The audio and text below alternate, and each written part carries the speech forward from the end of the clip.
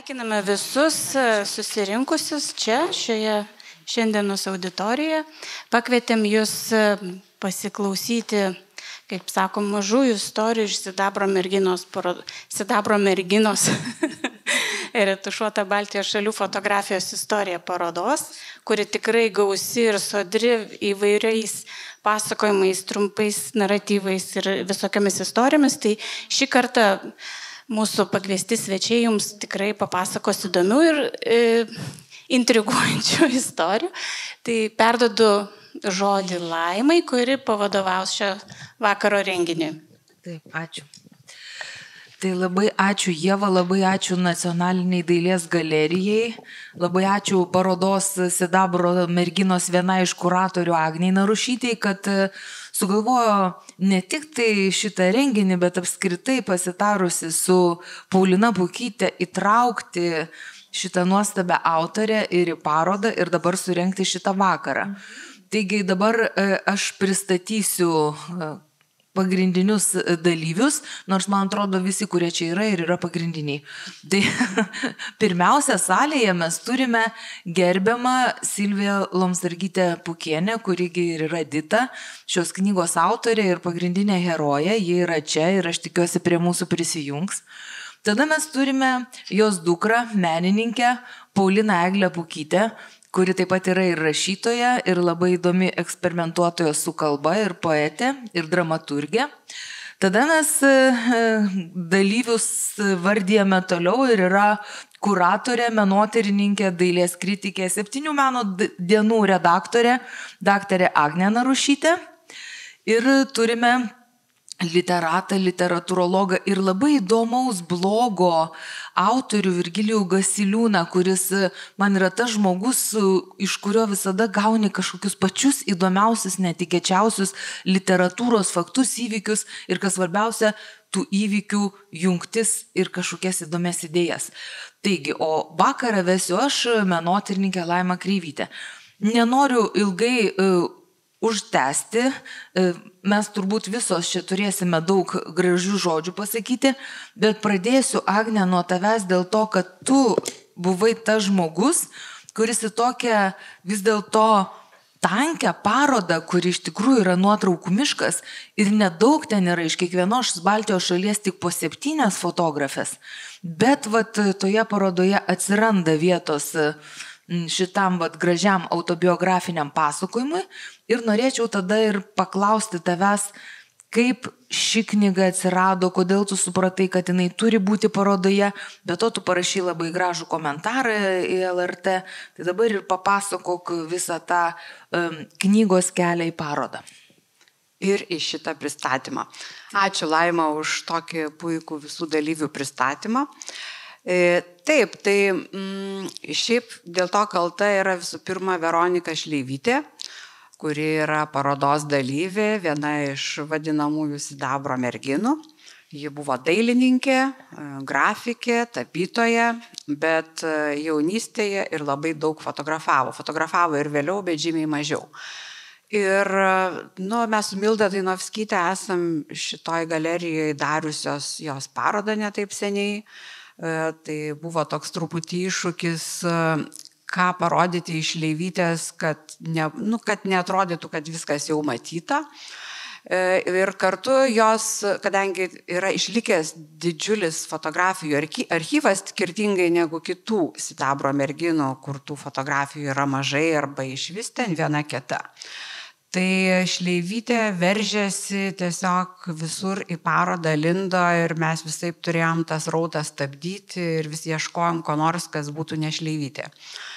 Bet man tiesiog atsirado ta sala apie likimus. Tiesiog žiūrint tas moterų fotografijas, kažkaip pastebėjau, kad mes į pagrindinę ekspoziciją visiškai neįtraukėm vaikų. O randi kokią vaiko fotografiją ir paskaitai, kas per visą šitą laiką jam atsitiko. Ar buvo į Sibirą išvežtas su šeima, ar žuvo Kauno gete, ar emigravo į Ameriką. Ar liko Lietuvoje, gyveno, tapo poetais, ten partizanais, kai kurie tapo ir žuvo. Nu, ne vaikai, partizanais, aišku. Tai va, tai taip kažkaip tarptų likimų labai panorau įtraukti jau ir anoje parodoje buvusias Šleivytės fotografijas, kuriuose yra užfiksuota Paulinos Pukytės mama. Tada buvo Dita Subockytė. Mes tai buvom ir anoje parodoje įvardijusios. Ir mes tą mergaitę vadinom Pukytę, nes labai panašiai į Pauliną. Tiesiog mes ją pažįstam, ten mums buvo Pukytė, bet ta paroda buvo, ten labai daug buvo fotografijų, labai tankios etiketės ir aš pagalvojau, kad esu tikra, kad dauguma žmonių tai ir nepastebėjo, neįsidėmėjo tų fotografijų ir kad galima jas vėl rodyti, va taip išskiriant ir papasakojant, kad štai, va, čia mūsų draugė, Lietuvos kūrėjas žymi ir jos mama irgi egzistuoja tose nuotraukose ir atsiranda tokia laiko jungtis. Bet kai reikia parašyti mažiuką komentariuką, kodėl tos fotografijos ten, tai pradedi tada ieškoti, kas čia, kokia istorija to žmogaus ir taip aš išgūglinau, kad yra knyga. Ir kad knyga skirta Dievui, kuris buvo nužudytas nacių. Ir tada kažkaip su Paulina pagalvojau, kad reikia vis tik suderinti. Yra žmogaus nuotraukos parodoj, yra apie jį parašyta, apie ją tiksliau. Tai kažkaip reikia suderinti ir sako, aš tau duosiu tą knygą. Paskaityk, jeigu įdomu. Ir galvoju, gerai, paskaitysiu. Nelabai aš šiaip tai domiuosi memoristika, turiu prisipažinti. Romanus labiau mėgstu skaityti, bet pradėjau skaityti ir negalėjau atsitraukti. Tai yra, taip man kažkaip sušvito visas tas laikas. Šiaip tai kažkokius prisiminimus, kai skaitai, tai dažnai būna prisiminta visokių įdomių faktų, bet tai kažkaip ir lieka toks rautas, kur gali bet kurioje vietoje sustoti. Ir, nebūna. Man dažniausiai nebūna labai įdomu, o čia tai tiesiog negalėjau sustot, nes yra labai talentingai parašyta, yra sukurti tokie labai ryškus vaizdai, kur aš čia prisižymėjau, galėčiau paskaityti, gal paskui, kad dabar vieną neplepėčiau, bet tiesiog dar vienas dalykas, tai čia labiausiai yra aprašyta tarpukario Lietuva, kur kai buvo Dita vaikas ir metas, kada kūrė tos Sidabro merginos ir ji rašo, kad eidavo fotografuotis pas Zinaidą, tai yra Zinaida Bliumentalienė, kita Sidabro mergina. Tai yra tik užsiminta, bet bandysim išklausti, gal ką nors gali papasakoti apie tai. Taip pat žinoma Šleivytė tuo metu kūrė. Bet paskui yra ir karas, ir visi praradimai, ir pokaris, ir kažkaip visą tai skaitant kilo mintis, kad taip, knyga, kai buvo išleista 2004 metais, mes visi stojom į Europos Sąjungą, jau pagaliau atsikratėm tos Sovietijos taip ryškiau ir visi buvo nusikreipę į ateitį, į pasaulį, bėgo į pasaulį, gyveno pasaulyje. Ir aš pati, tarp kitko, važiavau į Britaniją, manęs čia kelis metus nebuvo, negalvoju, buvo prisiminti tuos anuos laikus. O dabar laikas yra toks, kad kaip tik labai daug galvojasi, o kaip tie anie žmonės išgyveno karą, arba kaip jie laukė karo, arba, kas buvo iš viso. Ir kažkaip ta knyga, kai taip puikiai parašyta, tokia įtraukianti, ji kartu ir moko su tuo gyventi. Ir pagalvojau, kad dabar kaip tik metas apie ją pakalbėti, priminti apie tą knygą. Gal kas nors dar užsimanys paskaityti ir kažką iš jos gaus, kaip aš gavau. Tai labai ačiū, Agne. Aš manau, kad tikrai čia yra ta knyga, kurią verta skaityti būtent dabar. Man pačia irgi tas karo klausimas yra toksai, iš karto aš kažkaip prisimenu labai ryškius vaizdus, kaip važinėjasi su tuo arkliuku ir tokia raudonų dekučių užmestu ir vis išvažiuoja kažkur, bando pabėgti, ir kaip žmonės bėga, tai per avižas, tai kažkur, o tėtukas, jisai ramiai sausėdi toj stuboj ir niekur nesitraukia, ir tu galvoji, nu, yra skirtingi dalykai, yra kažkokie skirtingi požiūriai, ką daryti, kaip daryti. Ir atsakymo kaip ir nėra, bet kartu yra kažkokios ir saugančios rankos, kai taip gražiai aprašyta, kad kažkas matyt uždengia tą avižų lauką. Bet aš nenoriu dabar išduoti visų tų tiem, kas neskaitė gražių siužeto vingių. Aš noriu kreiptis į Virgį, jeigu galiu taip familiariai, sakykim. Esi daug skaitęs visokios memuaristikos ir pats dirbi Lietuvių literatūros tautosakos institute, kur prieinami rankraščiai ir tiesiog pats sugebi surasti kažkokius netikėtus faktus susijęti. Kaip tau šita knyga atrodo? Ką galėtum pasakyti literatūros kontekste, memuarų kontekste?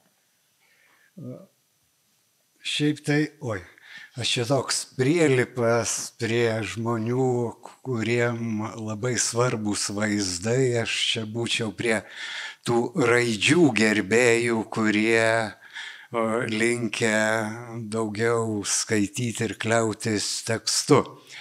O kai šita knyga išėjo ir aš ją perskaičiau, dirbau Lietuvos radijui, ir tada supratau, kad būtinai reiktų pakalbinti šitos knygos autorę. Tai buvo tie patys 2004 metai. Kalbinau autorės namuose Antakalny. Gerai, radijas neįgriūna su daug operatorių ar su daug žmonių. Ateini vienas kaip tarsi į svečius. Ir radiotekoje nėra, žiūrėjau to pokalbio, tai čia kas norėjo, persiunčiau. Ir man labai atsigamino tas įspūdis, kuris buvo pirmą kartą skaitant jau daugiau negu prieš 20 metų. Dabar tai reikėjo tik tai perverst puslapis po puslapio. Ir prisiminiau, kur tos vietos, už kurių aš vis užkliūdavau. Dėl dvi mintis tokias pasakysiu. Tai pirmoji tokia truputį juokinga. Kai išėjo šita knyga, vadinom ją prisiminimų knyga, ir niekam per daug nekliuvo, svarbu juk, kad atsiminimų knyga būtų įdomi. Skaitau Facebook'e kvietimą į šitą renginį ir knyga tapusi autobiografiniu romanu.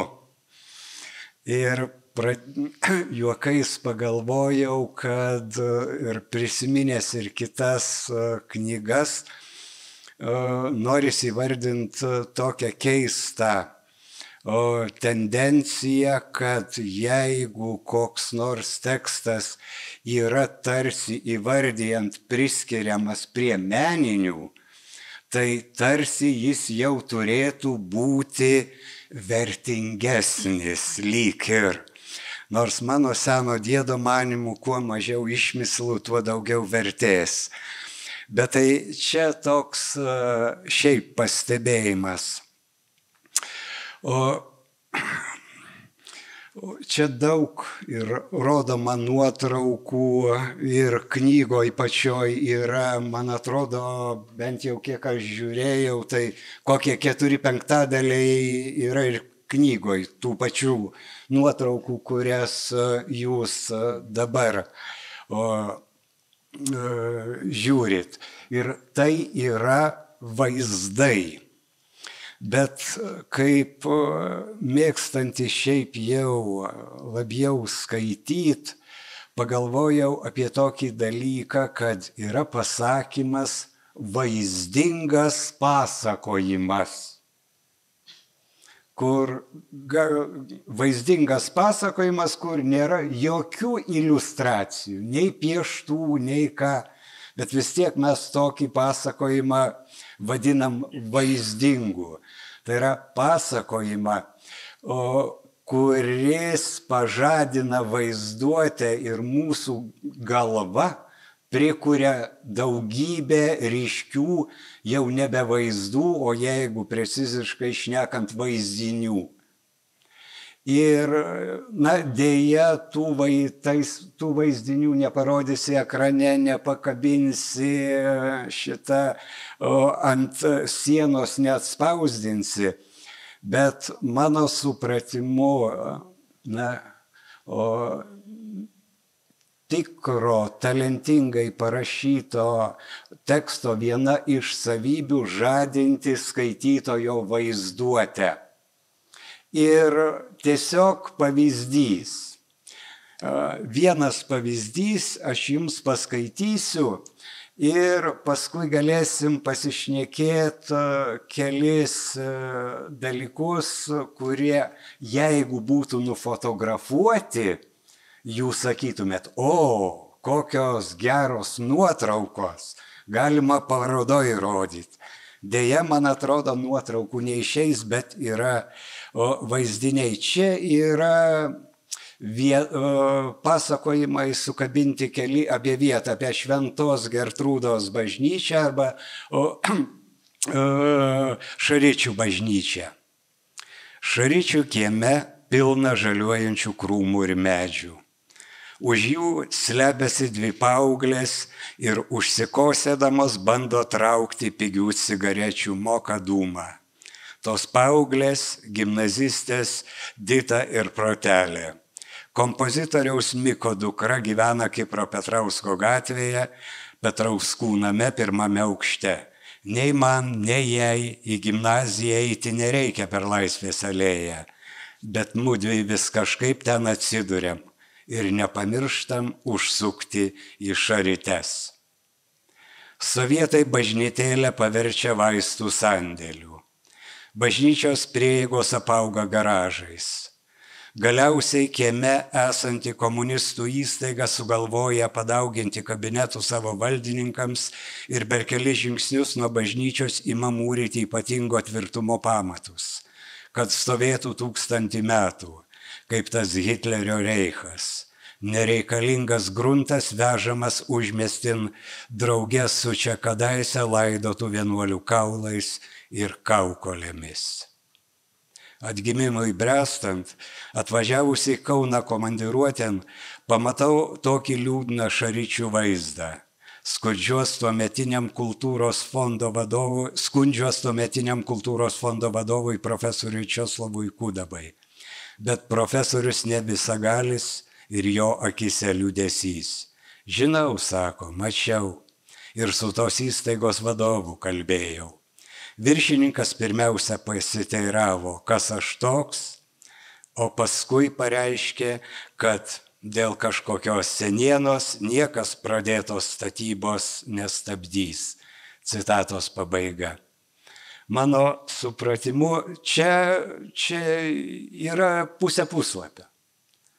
Ir jeigu mes skaitydami įjungiam vaizduotę, ponios Ditos parašytas tekstas suteikia galimybę mums susikurti bent kelis vaizdinius.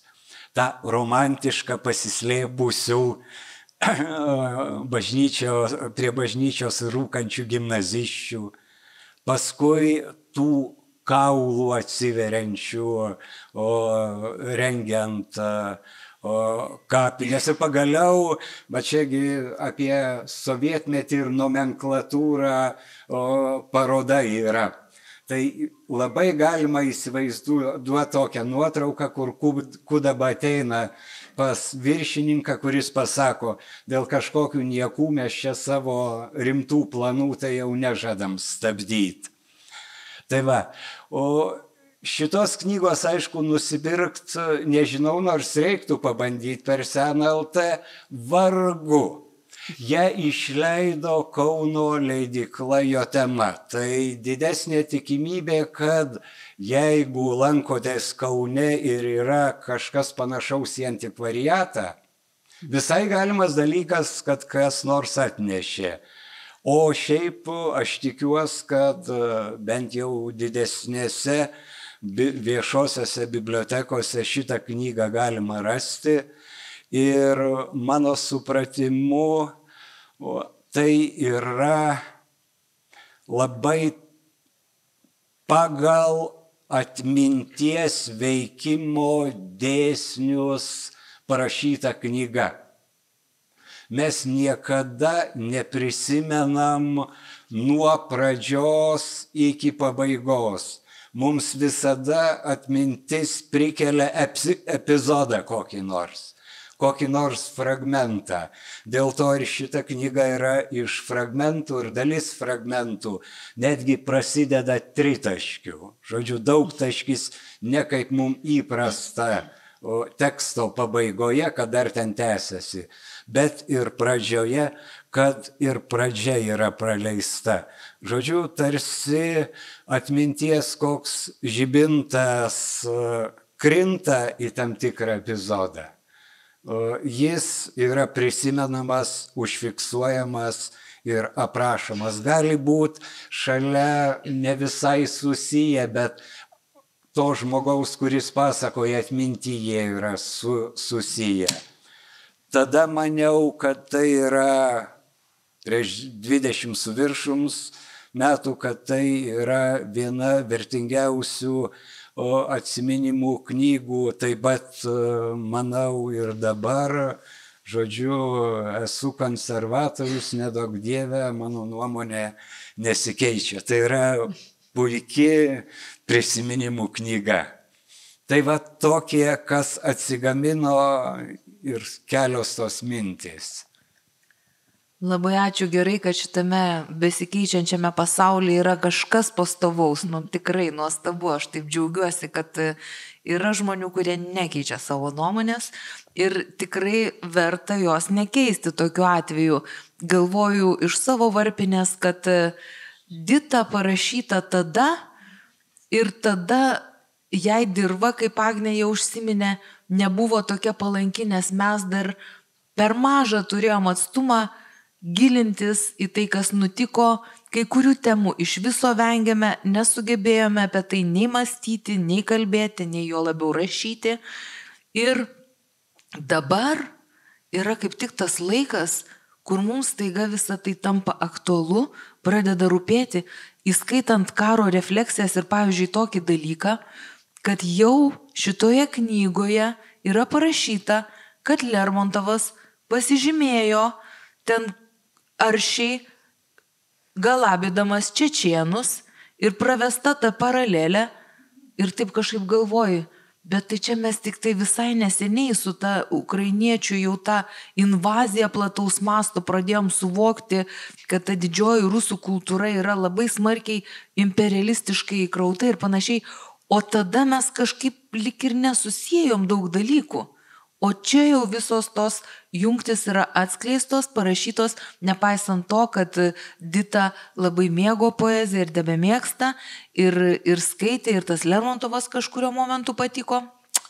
Bet vis tiek tą jungtį pastebėjo ir teisybė yra svarbiau. Dabar aš kreipiuosi į Pauliną, todėl kad Paulina, šitoje knygoje tikrai yra tokių labai gražių jungčių. Dailininkė. Taip, taip, bet labiau norėjau paklausti apie tai, ko niekas iš mūsų čia esančių negali papasakoti, nes mes nesame nei dukros, nei sūnus ir negalime turėti to tokio ir kasdienio santykio ir to kartos pajutimo, ką aš jaučiu ten su savo mama ar panašiai, kad tu pažįsti tam tikrus bruožus, o jūs abidvi esate ir rašytojos. Tai aš norėčiau tada, Paulina, tavęs klausti, bet kaip tu matai, skaitai mamos knygą, ar keičiasi tavo skaitimas per tą laiką ir apskritai, ką norėtum pasakyti dabar apie ją galvodama, dabar žiūrėdama ir į tavo padarytą viršelį ir apskritai jau iš savo kaip rašytojos pozicijos. Aš kaip tik ir norėjau pratęsti tokią Virginijos mintį, staiga apie tą blikstą ir apie tą atminties tokį, kažkokį momentą, kuris paskui pradeda plisti, ar ne? Tai man iškart susivedė su fotografija, va, ta blikstė, ar ne? Tas fotografija pagauna tą vieną momentą, kaip kokia mūsų atmintis, ar ne? Ir paskui ta fotografija, kur yra užfiksuota tas vienas momentas, mums primena daugiau, kas aplink ar nevyko. Ir aš manau, ir aš kiek atsimenu, ir ar teisingai aš atsimenu, kad fotografijos, kurios yra panaudotos toje knygoje, padėjo tau, mam, prisiminti tuos prisiminimus kažkaip įjungti. Ar teisingai? Ar teisingai? Fotografijos padėjo, be abejo, padėjo. Nes daug kas buvo išblėsi ir jeigu nebūtų fotografijos, tai mažiau būčiau prisiminus. Taip, ir kažkaip, aš atsimenu, kad tu sakai, kad kai prisiminiai tą vieną momentą, tada, kai pradėjai rašyti, pradėjai daugiau ir daugiau prisiminti, ar ne? Prisiminimai, kaip aš palyginau su siūlų kamuoliu, kai paimi už siūlo, pradedi vyniot ir vyniojasi ir labai daug netikėtų, visiškai seniai pamirštų dalykų prisiminti. Tai va, tai man atrodo, čia įdomus tas momentas susijimo to vaizdo, fotografinio vaizdos, kuris paskui tampa tekstu ir tuo vaizdiniu, jau kur papasakojo Virginijus apie tai, kad jau tada literatūriškai jis yra išplėtojamas į vaizdinį, į sudėtingesnį ir tada tos paralelės atsiranda ir taip toliau. Tai man atrodo, čia įdomus momentas, nes kai kuriuose tose nuotraukose, kur čia matot, pavyzdžiui, ten yra ta mergaitė tarp Ramunių pieva, ar ne, kur ta Ramunių pieva yra ta nuotrauka. Ir paskui aprašyta ta Ramunių pieva, kurią ištripė tie kareiviai sovietų, ar ne? Tai va turime tą tokią liktai blikstės nušviestą vieną momentą ir paskui jis žodžiu, aprašytas yra. Tai ir dar vieną dalyką, ką aš sužinojau vakar, kad pasirodo tos fotografijos, dauguma jų yra mano močiutės, Ditos mamos fotografuotos. Aš niekada apie tai nepagalvoju. Ir dabar mes esame moterų fotografių parodoje, kur būtent išnešamos, kaip čia į dienos šviesą, moterų fotografijos, kurios paprastai fotografija, mes asocijuojame su vyrais fotografais, ar ne? Čia Lietuvoje daug mes žinom tų vyrų fotografų ir to tarpukario laikotarpio, bet Agnė Narušytė su kitais kuratoriais būtent surinko moteris. Ir aš visą laiką maniau, kad šitos fotografijos, aš niekada nesiejau šitų fotografijų, kurios yra pas mus mūsų šeimos albumuose ir atsidūrė toj knygoje, su savo močiute.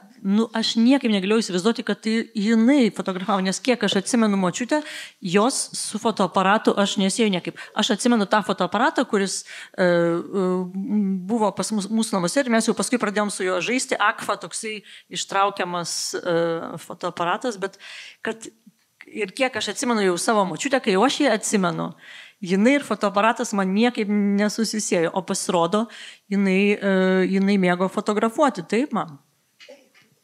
Anksčiau, kai tu atsiradai, tai jau nelabai mėgo fotografuoti, bet anksčiau tai labai mėgo.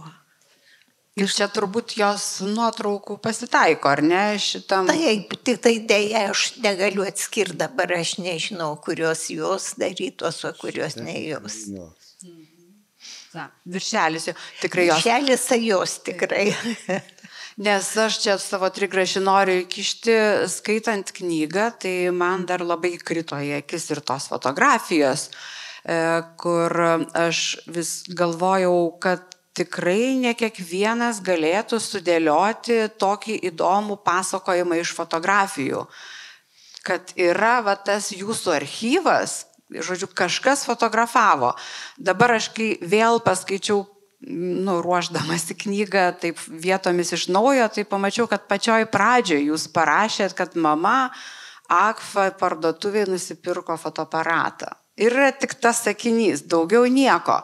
Bet ir jūs nerašot apie tą fotografavimą, bet jį liudija fotografijos iš jūsų vaikystės, yra tų, kaip angliškai tas terminas candid photography, žodžiu, tos kasdienybės, tokie pliaukštelėjimai, kažkokie momenčiukai, kur tik tai arti esantis žmogus, turintis akį pajautimą, gali tokius kadrus užfiksuoti. Nebūtinai jie kokybiški, bet jie tikrai kalba. Ir va čia tikrai gerai atrinkta ir labai dar su tekstu gražiai kalbasi.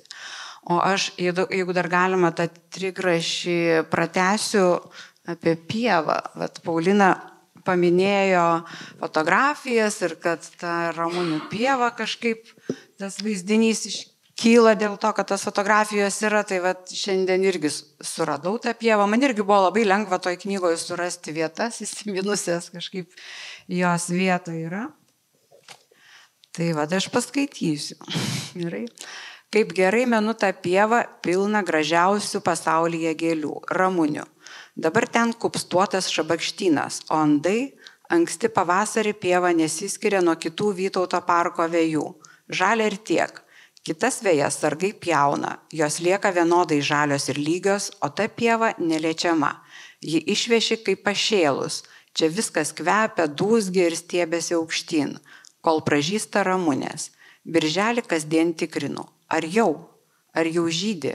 Ar jau galiu susiskinti gražiausią pasaulyje puokštę? Ar būdavo tais laikais birželį bent viena apsiniaukus diena? Viskas žaižaruoja, o saulė dangaus kampe žydi lyg vaikiškame piešinėlyje, kur skrusdė ir šuo vienodo dydžio, o drugelis didesnis už varną. Ramunių skinimo diena, ypatinga šventė, nors niekur kaip šventė nežymima. 41 birželio bijūnai jau išsiskleidė grėsmingai raudonais karo žiedais, bet Ramunės bus tokios kaip visada. Jau laikas. Einu palei parko tvorą į siaurus vartelius, paskui taku tiesiai, paskui į dešinę. Ta pieva. Ji pilna melsvai žalsvų, lyg žaislinių vokiečių kareivukų. Ne, tikrų. Ir ne kareivukų, o kareivių, su tikromis geležinėmis diržų sagtimis, plačiauliai žygio batais, vienplaukių. Jie pasistatė kažką panašaus į lauko virtuvę, priauginę palapinių, jie valosi dantis tikrais dantų šepetėliais ir skalauja burnas tiesiai ant gražiausių pasaulio gėlių. Ant mano Ramunių. Vienas stovi nugarą į mane, aš nematau, ką jis daro. Bet tiek tai suprantu, šlapinasi, tiesiai į mano šventasias gėlės, einu namo nuleidus galvą, dar nežinau, jog tai be nemažiausia mano netektis. Po kelių dienų pieva jau tuščia, ne vieno kareivio, bet ji nejaukiai plina. Pievos pakraščiuose Ramunių yra, bet aš nenoriu tų pakraštinių, jokių nebenoriu. Taip, tai čia iš tikrųjų jau komentuoti net ir nieko nereikia, nes toks sodrus tekstas, kuriame ir žodis, ir vaizdas, ir tas laiko pajautimas, ir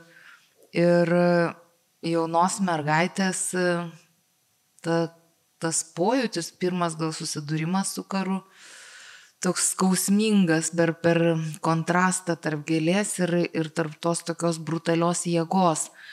Ir man tai čia labai poetinis tekstas, geriausia prasme, ne tai, kad jisai kažkaip būna žmonės nusilyrina ir tiesiog pasidaro nebepakeliama, kai pradeda atsieit taip sentimentaliai rašyti, o čia nėra to tokio skysto sentimentalumo, čia yra labai tokie grini, koncentruoti jausmai.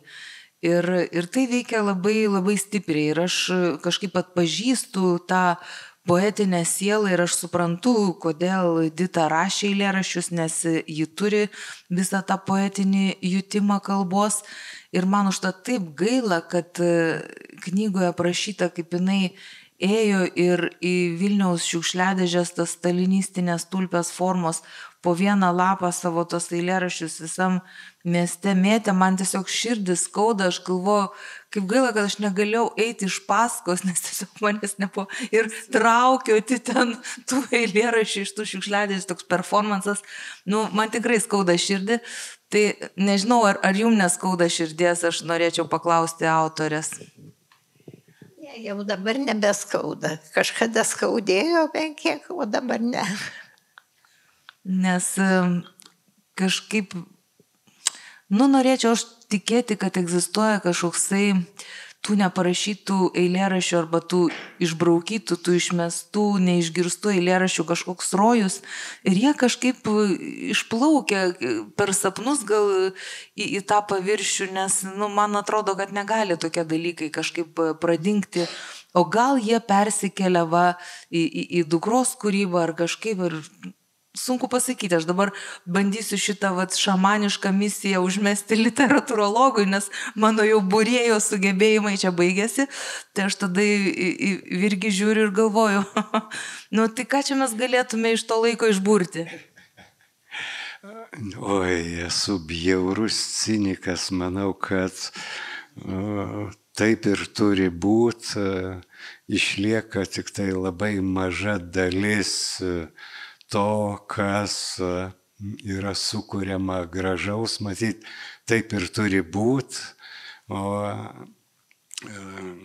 bjauriau, kad blogų dalykų išlieka daug daugiau negu gerų. Visi grafomanai tikrieji ne tik tai saugo savo rankraščių, žiūrėk, dar ir knygas išleidžia. O geri dalykai, kūrėjas turėtų būti vis dėlto, na, bent šiek tiek savikritiškas. O jeigu nesavikritiški, tai prileidžia tiek tų poezijos knygų, kad geriau nereikia. O žinot, dar du dalykus dabar atėjo į galvą. Yra daug prikurta sudurtinių žodžių, kurių antras dėmuo yra vaizdžiai. Miesto vaizdžiai, gamto vaizdžiai. Sielovaizdžiai. Šitą sielovaizdžiai man nepatinka. Bet jeigu būtų toks žodis jausmavaizdžiai. Ar jausmovaizdžiai? Gerai, jausmovaizdžiai, nesvarbu. O va, šis skaitytas gabaliukas yra, mano supratimu, kyla būtent kažką pasakotojos jausmą tu gali savo vaizduotėj sukurt, atkurt. Taip, ta pieva tai palyginti lengva, nu esam matę, bet va tas jausmų atkūrimas, nu kaip ir visada skaitytojas ir literatūra ir turi būti kažkoks santykis, jeigu tai nėra tik tai grina informacija. Tai va tie jausmovaizdžiai čia irgi yra labai subtilių ir, kaip čia pasakyti, istorinių jausmovaizdžių. O mano supratimu mes iš jokių knygų niekad neišmoksim, kaip reikia reaguoti į karą ar į dar ką, tai yra neišmokstami, tai yra situaciniai dalykai, o galėtų priplanuoti žmogus, prikurt didžiausius planus, o atėjus tai x minutėj priklauso kokia bus situacija ir tu pasielgsi vienaip ar kitaip. Ir labai yra beje įdomus dalykas, jeigu kas mėgstat skaityti knygas, išėjo istorikės Klumbytės monografija tokia stora, kuri vadinasi Autoritarinis juokas. Joje yra daug pasakojimų ir apie ponę Ditą, nes jinai yra dirbusi Šluotos žurnale. Ir čia, kai sukosi daug visų vaizdų, buvo ir karikatūra, šaržas, nežinau kaip pavadinti, tikriausiai kurio nors iš Šluotos dailininkų. Šekštelis, tai va, yra ten apie viską. Tai, žodžiu, šiaip yra labai įdomi studija apie sovietinį būtent juoką ir yra atremta į būtent Šluotos darbuotojų likimus, į ten skelbtą medžiagą, laiškų Šluotai. Ir ten galite atrasti ir pacituotas visas skundas, kurį gavo Šluotos vyriausiasis redaktorius.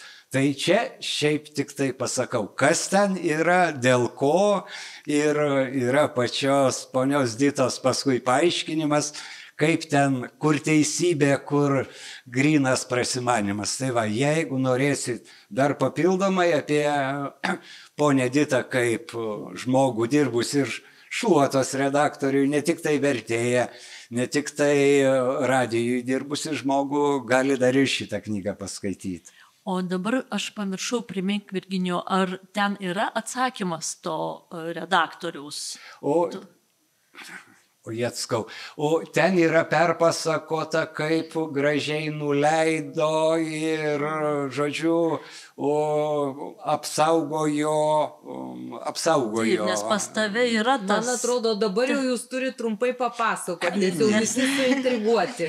Nes pas tave, man yra tas atsakymas to redaktoriaus, taip? Kur apgynė tas... Bulotos. Man atrodo, bet dabar šiuo momentu neprisimenu. Aš prisimenu, kad jį turi. Turi, taip. Aš nepaskusiu viso. Aš neprisimenu. Atsakymas yra Bulotą apgynė.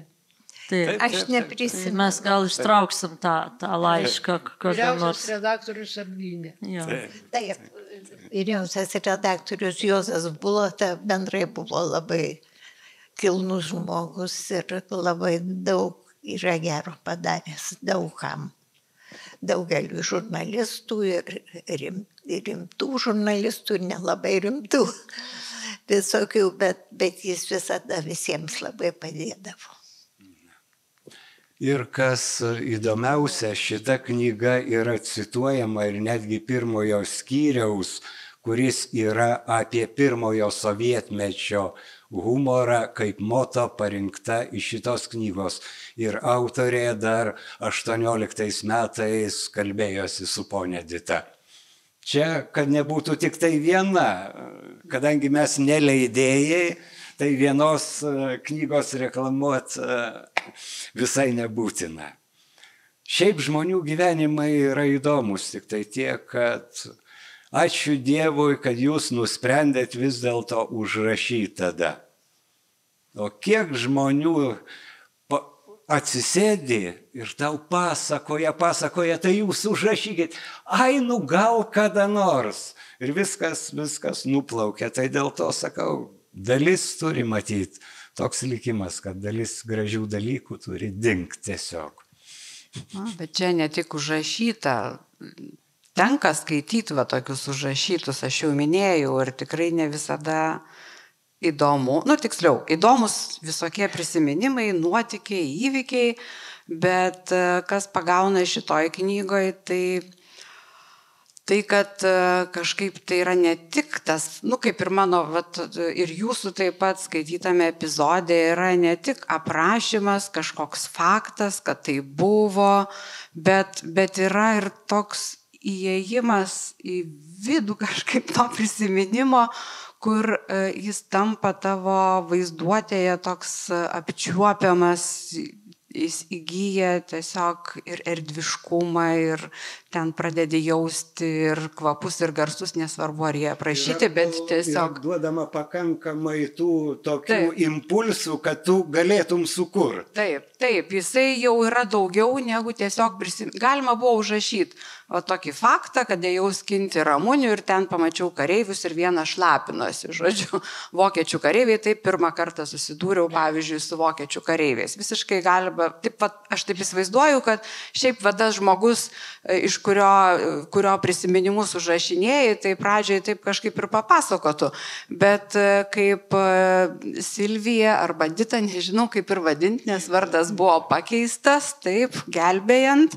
Tai kaip sakė, čia kaip imi už to siūlo galo ir viniojasi. Bet ką noriu pabrėžti, ne kiekvienam išsivinioja. Tiesiog. Tas arba yra, panėra. Taip. Tai va dėl to ir pavadinome tuo autobiografiniu romanu, kur čia sukritikavo Virgis, bet Agnė dabar pateisino tą pavadinimą. Dar gali sakyti autofikcija, labai toks seksi žodis. Taip, autofikcija teisingai. Labai gerai Virgis mus nukreipė Šluotos link. Tai, kad neatrodytų, kad tai yra kažkokia liūdna knyga, jinai yra visokia, labai plati, kaip ir gyvenime, ta emocinė skalė ir gražiai Virgis pasakė apie jausmovaizdžius. Tai tas humoras, aš dabar suprantu, Pukytė, iš kur tu tokia kritiška ir iš kur tavo toks geras humoro jausmas. Mes Pauliną kitaip pamatėme. Mes jau dabar viską apie tave supratome. Ir humoras tas, ne kiekvienam irgi duotas dalykas. Tai aš gal irgi ponios Ditos norėčiau klausti, ar tas humoras, jisai visą laiką buvo, ar jisai čia savotiškai gyvenimo jau toksai inspiruotas? Aš nežinau, ir jis visą laiką, nelabai turbūt visą laiką buvo, nes mano mama to humoro jausmo neturėjo ir nesuprato kartais ir piktindavosi. Bet kai aš pradėjau dirbti Šluotoje ir susitikau su žmonėmis, kurie, vis dėlto išmanė, ne visi, bet dauguma išmanė, tai kažkaip pradėjau suprast, kas tas humoras yra ir kam jis reikalingas. Ir kokiu atveju jis naudojamas daugiausiai. Tai va tiek. Bet man atrodo, kad aš tai tikrai manau, kad aš tą kritiškumą tokį... Prisiskaitai Šluotos ir išmokai juokauti.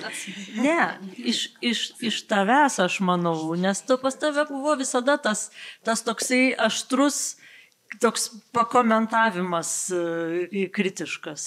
Tai gal čia Šluota truputį padėjo man? Ir aš galvoju. Visi nuopelnai kiti.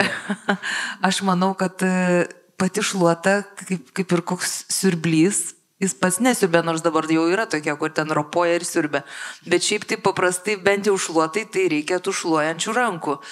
Tai jo, jeigu nėra širdyje ir prote ir kalboje to humoro, tai ta Šluota nieko nenušluos.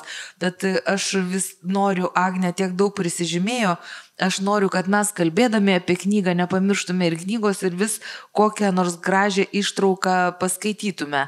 Tai Agnė, dabar į tave kreipiuosi, kad tu dar mums kažką gražaus paskaitytum iš šitos knygos. Dabar svarstau, ar apie žodį idant skaityti. Man tas intrigavo, ar apie vėlinės. Gal nuo žodžio čia, mes kadangi apie žodžio galę kalbam, tai be akinių skaityti. Čia toks fragmentas, žodžiu. Kampe ilga, čia rašo apie vasarą leidžiamą kaime, trobeliai. Senelių. Stuboj, taip. Kampe ilga, beveik lubas siekiantis spinta, kurioje tiksi laikrodis su didžiuliais svarščiais. Kas pusvalandį laikrodis dusliai sušvokščia. Tai reiškia, kad tuoj muš valandą arba pusę. Svarščius reikia kasdien užtraukti aukštyn. Jie kabo ant varinių grandinėlių ir per dieną grandelė po grandelės nusileidžia žemyn.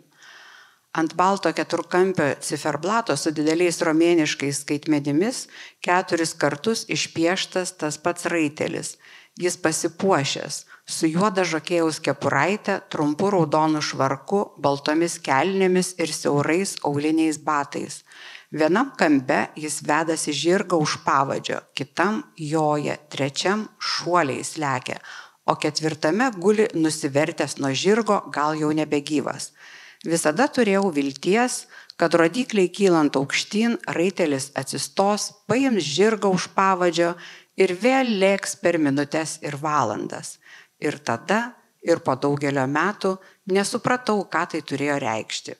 Amžinai besisukantį ratą, įspėjimą, neišvengiamos pabaigos konstatavimą, laiko tėkmės pastovumą, idant, kad sugrįžčiau čia po 50 metų ir dar po 100 ir po 1000, tada nežinojau, kad klausimų gyvenime daug daugiau nei atsakymų, o juk turėtų būti vienodai, kad visatos ašis per daug nepakryptų į vieną pusę, idant. Palinkėkime vieni kitiems ramybės, sako kunigas per pamaldas. Palik mane ramybėje, sakome artimui, kratydamėsi sunkiai sprendžiamų problemų. Ramybė jums, sako prisikėlęs Jėzus savo nusigandusiems apaštalams. Idant, skambėjo man ausyse nesuprantamas žodis, bet nei jis savo slaptingą prasme neišgelbėjo mūsų. Pražiota karo koserė jau taikėsi praryti mus su visais šventais paveikslais, duona ir vyšniomis, nebaigtais statyti tvartais ir saldiniais obuoliais. Tiesiog man tas idant... Visi redaktoriai taiso, kad... Tegu savo taiso, bet tiesiog aš ten anksčiau truputėlį parašyta, kaip ten visokie paveikslai kabo ir kažkokie tekstai ir vaikas, aš taip įsivaizduoju, skaitydama knygą, kad vaikas skaitinėja tos užrašus ir kažkoks žodis keistas, idant. Ir aš jau dabar paskaičiau tą vietą, kur tas žodis išauga į kažkokio likimiško, jis didžiosiam raidėm parašytas, tarsi jis būtų anagrama kažkokia tai ir kažkas juo būtų sutrumpinta ir ten būtų užkoduotas kažkoks visatos likimas. Ne veltui jis čia šitoje vietoje įpaišytas į laikrodžio kontekstą. Ir čia skambesys, aš įsivaizduoju. Taip. Idant, dan. Tas skambesys su tuo idant. Taip. Ir kalbant apie skambesį, tai dar norėjau trumpai pakomentuoti, kad labai toks, čia tai neskaitysiu, bet yra toks įsimenantis irgi epizodas, kaip Dita mokosi groti pianinu. Tai yra didžiulis vargas ten, žodžiu, ir jos tas maršas išvadinamas šluba kariuomenė. Ir paskui rašo, kad ir ten, žodžiu, pati neturėjo klausos, bet ir vaikus vertė, kaip visi anais laikais vertė mokytis groti pianinu ar ten kokiu nors instrumentu. Ir visi neturėjo klausos. Čia, žodžiu, giminės genas toks. Ir aš taip skaitau vėl šiandien ir galvoju, bet žodžiams klausa tai labai yra. Ir tas idant, ir visos kitos vietos. Dabar aš iš karto susiekiau ir sumesgiau šitas 2 kartas per tavo perskaitytą ištrauką ramybė jums, palinkėkite vieni kitiems ramybės ir tas ramybės skirtingose modusuose, tai Paulina, kaip ir tavo poezijoje, iš peties. Ir ten eina kažkokį pasiemi vieną epizodą ir jie kartojasi. Tu eini dar toliau, kartais nuvedi iki absurdo, tu imitas, kaip sakant, jau gatavas žodžio formas iš visokio interneto, iš spausdintų tekstų. Bet idėja, kad galima imti tarsi vieną žodį ar kažkokią ištrauką ir skirtingai ją modifikuoti, tai jūs čia susitinkate su savo mama labai gražiai. Puiku, tiesiog kolektyvinė kūryba. Dar apie kolektyvinę kūrybą, gal nežinau, čia mes, kadangi su Paulina ruošėmės, kalbėjom, tai vis tiek yra šiaip knyga dedikuota tėčiui, kurį naciai nužudė, Samueliui Subotskiui. Ir yra pasakojama labai gražiai apie tėtį, kaip aš minėjau pradžioje, ir kad eidavo fotografuotis pas Zinaidą, ten apsikabinę, va taip kažkaip parašyta. Ir tikrai labai tokių gražių prisiminimų apie tą buvimą kartu ir kaip tėtis buvo prarastas, kaip jis dingo tiesiog. Ir aš skaitydama knygą tik kažkaip vėl naujai pamačiau, prisiminiau Kauno Bienalę 17 metų, kurią Paulina Pukytė kuravo. Ir ten kvietė įvairius menininkus kurti laikinus paminklus Kaunui. Ir tada aš buvau ekskursijoje, kurią Paulina vedė, ir jį ten apie visus kūrinius pasakojo, bet taip pat ir apie savo, sugalvojo menininkė Diną, ir ten buvo jos kūriniai. Prisimenu kastuvą ant Žydų kapinių tvoros, bet taip pat ir Ugniagesių gatvę, kurios nėra. Ir ten buvo, žodžiu, irgi laikinas paminklas. Čia, pavyzdžiui, knygoje yra tokia vieta, kur Dita jau po daugelio metų vis grįžta į Kauną ieškoti žalio namo, kur susitikdavo su tėčiu, nes tėvai buvo išsiskyrę. Ir toj vietoj kiaura ir nieko nėra. Ir nėra to namo. Ir pas Pauliną tose paminkluose irgi tas žodis nėra, žodžiu, kažko nėra tiesiog. Prisimenu, tavo kažkokie tokie žodžiai buvo parašyti, kad kaip padaryti paminklą tam, ko nėra. Tai gal galėtum kažkaip pakomentuoti, nes man labai susirišo tiesiog ta visa istorija. Tai iš tikrųjų labai gerai, kad tau susirišo, nes jinai iš tikrųjų ir yra surišta. Ir man irgi būtent šiandien mums šiame pokalbėje, man atrodo, toks man įdomus momentas, kad mes kalbam apie knygą Ditą, kuriai padėjo mano mamai prisiminti tos nuotraukos iš šeimos albumo. Tai žodžiu, vaizdas tapo tekstu ir paskui tas tekstas vėl tapo vaizdu, jau šiuolaikinio meno vaizdu. Nes man būtent ta vieta, to namo žalio nebuvimas ir nebuvimas tas būtent ir davė inspiraciją tam projektui, tai dideliai parodai tarptautiniai, kurią aš kuravau Kaune. Ir kaip tu labai teisingai, Agne, pastebėjai, būtent tas nebuvimas, tas trūkumas, žodžiu, uždavė visą temą tos parodos. Žodžiu, kaip parodyti, ko nėra, ypač kaip paminklą pasakyti tam, ko nėra. Ir žodžiu, vienas iš kūrinių ir buvo, aš sukūriau pati menininkė, daviau mamos vardą tai menininkiai, neegzistuojanti menininkė, kuri tada sukūrė kūrinį, kuris jau egzistuoja, nes tai yra rastas objektas, rasta situacija. Žodžiu, neegzistuojanti menininkė sukūrė kūrinį, kuris ir taip jau egzistavo. Žodžiu, toks paradoksali situacija. Tai tą padariau dėl to, nes aš žinau, kad tu norėjai būti menininkė.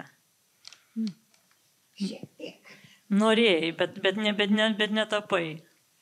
Mama neleido. Tai va, prašau. Bet man atrodo, tapo menininkė per šitą knygą, nes šitą knygą labai konceptuali ir jinai, kaip Virgis pasakė, jinai veikia keliais registrais. Jinai gali būti ne tik teksto, bet ir vizualaus meno kūrinys kažkuria prasme, pagal idėjas, pagal požiūrį į kalbą, konceptualumą ir netgi pagal tai, kaip tu, Paulina, mini tą sugebėjimą kažkaip išreikšti nebuvimą. Ir aš tada noriu apie tai paklausti, o ko šioje knygoje nėra ir ką vis dėlto galvojat, kad galėjote parašyti, ar buvo tokių dalykų, kuriuos specialiai praleidote. Galite ir neatsakyti konkrečiai, kad praleidau tai ir tai, bet man šiaip smalsu, ar buvo dalykų, apie kuriuos vis dėlto galvojat, kad gal aš apie tai nerašysiu. Man atrodo, kad aš stengiausi daug maž apie viską, ką prisiminiau, iš dalies prisiminiau, ne visiškai pilnai, bet prisiminiau, dėl to ir parašiau apie tai, ką prisiminiau. Ir dar noriu pasakyti, kad vis dėlto visi tie dialogai ir monologai ir viskas nėra išgalvota mano, čia yra viskas iš mano atminties. Ačiū Dievui, dar tada turėjau, man prieš 20 metų dar turėjau tokią atmintį, kad galėjau prisiminti ir parašyti. Dabar galbūt ir neprisiminčiau, bet turbūt vertingiau turbūt negu pačiam sugalvot, prisimint, kaip iš tiesų buvo ir kokią progą, kada, kokiu atveju, negu kad, sakysim, šiaip sau užgalvotum ir prašytum. Bet ar tu nori pasakyti, kad nebuvo tokio momento, kad galvoju, ne, gal šito aš nerašysiu, aš atsimenu, bet aš neįdėsiu į knygą, nebuvo taip? Manau, kad galbūt ir ne, ko gero. Kad, pavyzdžiui, aš nenoriu apie kažkokį ten žmogų gal kažkaip netaip pasakyti. Apie žmogų taip, apie žmogų galima buvo parašyti. Tai bet apie tai, ką nenori rašyti, yra dažniausiai būna blogos mintis ir blogi prisiminimai. Tai nesinori to blogo kelti į viršų. Bet tai buvo tokių momentų? Buvo tokių momentų. Tai nebūtinai viskas turi būti parašyta. Taip, labai įdomus pastebėjimas. Aš pagalvoju, kad labai tikrai subtiliai šioje knygoje yra dozuojama, kaip pasakyti, net ne kritika, o gal veikiau tos realybės faktūra, kuri nebūtinai yra tokia maloni. Ir aš prisimenu tą epizodą apie garsę mūsų egiptologę, kuri taip viskuo gyveno kitame savo idėjų ir ten tos estetikos pasaulyje ir ten ta vieta, kaip jinai kažkokia ar skraistė, ar kažką, ten ką tik buvo naktinį puodą uždengus, čia dabar ant stalo patiesė ir serviruoja ir taip aš tokia, tai yra, toks stiprus vaizdinys ir toksai kažkoks jisai ir jusliškas, ir išraiškingas, labai gražus. Aš norėjau dar vieną dalyką paklausti. Jūs esate vertėja ir labai daug išvertusi tikrai svarbių knygų iš anglų kalbos. Tai kas jum, kai rašėte, gal ir nesąmoningai, gal tiesiog galėtumėt pasakyti iš tų savo verstų knygų, kas kaip stiliaus kažkokiu pavyzdžiu ar žodžio taupumo iš tų jūsų verstų autorių, kuris ar kuri jum yra artimiausia? Man atrodo, kad dauguma mano verstų autorių buvo tokie nedaug žodžiaujantis, nes manau, kad rašymas, jeigu jis pasireiškia daugeliu žodžių, užpilimų žodžiais skaitytojo, tai o čia yra ne literatūra ir netgi ne memuarai, dėl to, kad memuarai irgi negali būti tokie, kur viskas taip, kaip buvo. Visada kažkur tai truputėlį pridedama. Bet geriausiai žinoma, kada prisimeni iš tikrųjų autentišką tą pasakymą, kokie buvo tie pasakymai, kokie buvo tie atvejai ir geriau trumpiau, bet kad būtų vaizdas. Bet ar gali paminėti kokį nors autorių, kurį vertėjai, kuris tau labiausiai artimas atrodė? Dabar taip, ar ateitų į galvą? Aš nežinau, man visi mano versti autoriai buvo galbūt visiškai, aš daug pasimokiau iš to vertimo. Pasimokiau būtent nedažodžiaut, kaip dabar kai kurie autoriai mėgsta, kad knyga būtų kuo storesnė, kaip čia pasakius. Man visada patikdavo tokie autoriai, kurie trumpai pasako, bet vaizdingai, trumpai ir vaizdingai, o ne daugeliu žodžių. Bet dar čia ir dar prisiminiau, noriu irgi grįžti prie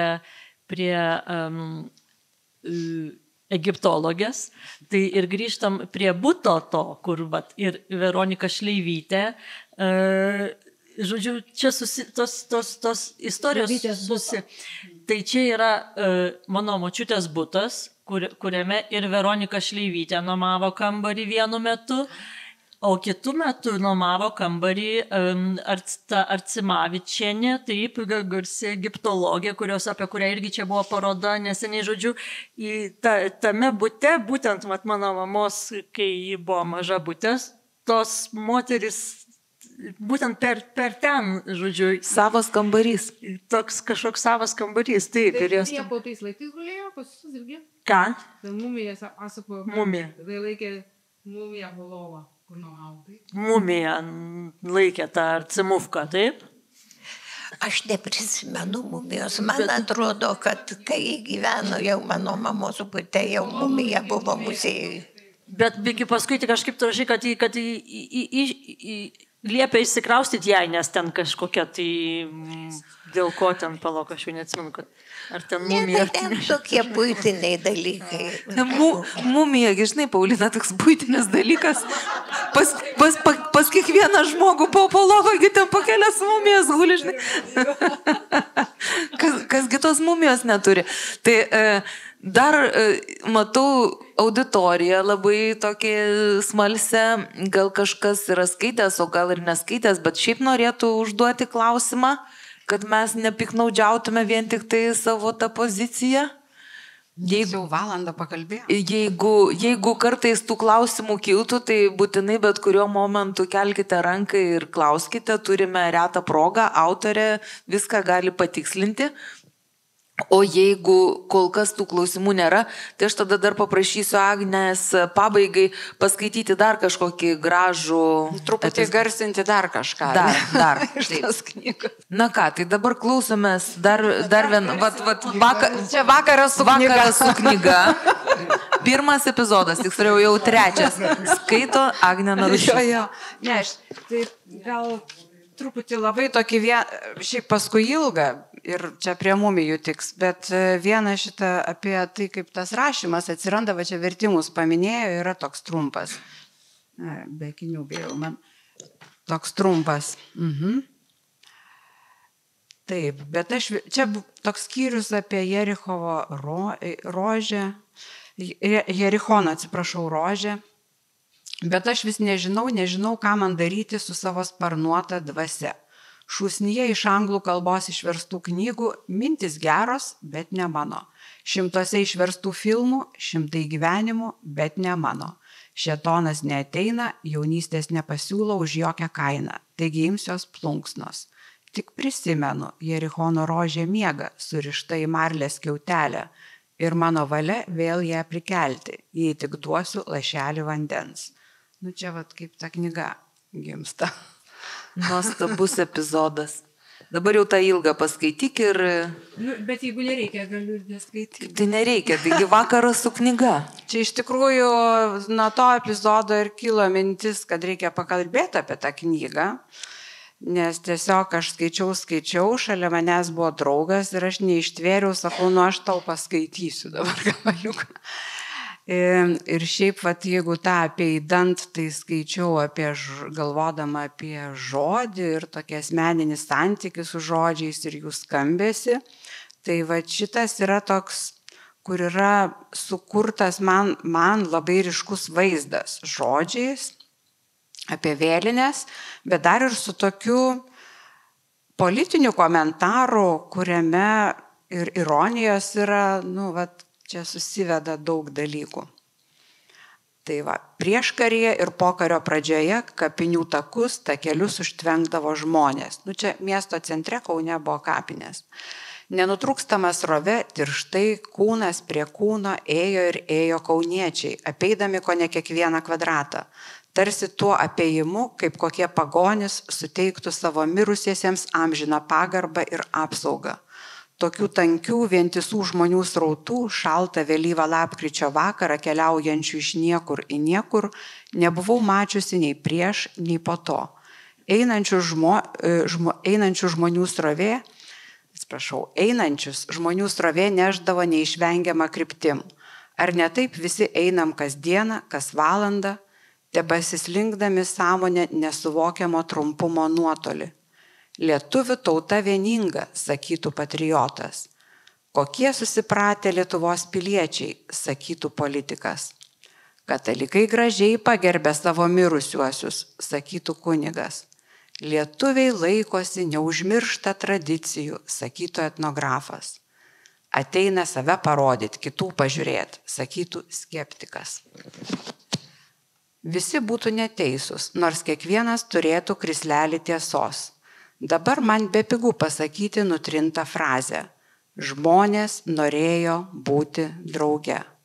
Norėjo išsigelbėti nuo nežinomų, neaiškiai jau nujaučiamų nelaimių, nuo Sibirų dievų miškų, tipukų stovyklų, nuo pabėgėlių lemties Amerikoje ar Australijoje, nuo išėjimų negrįžti. Bepigu sakyti, dabar, kai viskas matyti iš toliau, o tasik, kapinėse jauku ir šviesu kaip diena, bet stebuklas dar nebuvo įvykęs. Kai galų gale atitrūkę nuo tankaus žmonių srauto pakildavome Būgos laiptais namop į Purickio Baltasienį, štai tada po kojomis plyti tiksliai keturkampių apibrėžta ugnies jūra. Ji sudėliota iš tūkstančių akelių, kiekviena mirga savo ritmu, o visos kartu žėri, visus Kauno žiburius užtemdydamos. Nikus lapkričio sutemų dangus nušvitęs nežemiškų, nenusakomo rausvumo gaisu. Eina miegoti, o ten apačioje žioruoja ir tviska gyvomis žarijomis visų gyvųjų viltis. Na, ačiū labai, Agne. Vakaras su knyga pildosi. Tai dar kartą klausiu, gal atsirado koks naujas klausimas, komentaras. Tai tuomet, jeigu jau klausimai laukia savo laiko, o jūs laukiate, kada galėsite atsiversti knygą, tai tada šį vakarą man belieka padėkoti pirmiausia knygos autoriai, rašytojai ir vertėjai Silvijai Lomsargytei Pukieniai už tai, kad atėjo ir pagerbė ir pakomentavo ir pašlavė. O taipogi Agnei Narušytei, kuri kuravo parodą, rado vietą šitai knygai ir pagalvojo, kad labai prasminga surengti tokį pokalbį. Tada žinoma Paulinai Eglei Pukytei, kad jinai taip gražiai kalbasi su savo mama gyvenime ir kūryboje. Ir žinoma Virgiui Gasiliūnui, kuris iš viso yra man nuostabiausias literatūros detektyvas, tyrinėtojas ir aš tai įkviešiuosi į kiekvieną pokalbį. Tai ačiū Jums visiems už šitą pasidalymą mintimis, linkiu skaityti šitą knygą, jinai yra iš tų knygų, kurias galima skaityti vėl ir vėl, galima nuosekliai, galima iš bet kurios vietos, tai yra tiesiog gera literatūra. Na, o šį mūsų pokalbį vedžiu aš Laima Kreivytė ir aš tikiuosi, kad mes dar susitiksime prie šitos knygos gal kavinutėje, gal kur nors. Tai labai visiems dėkoju.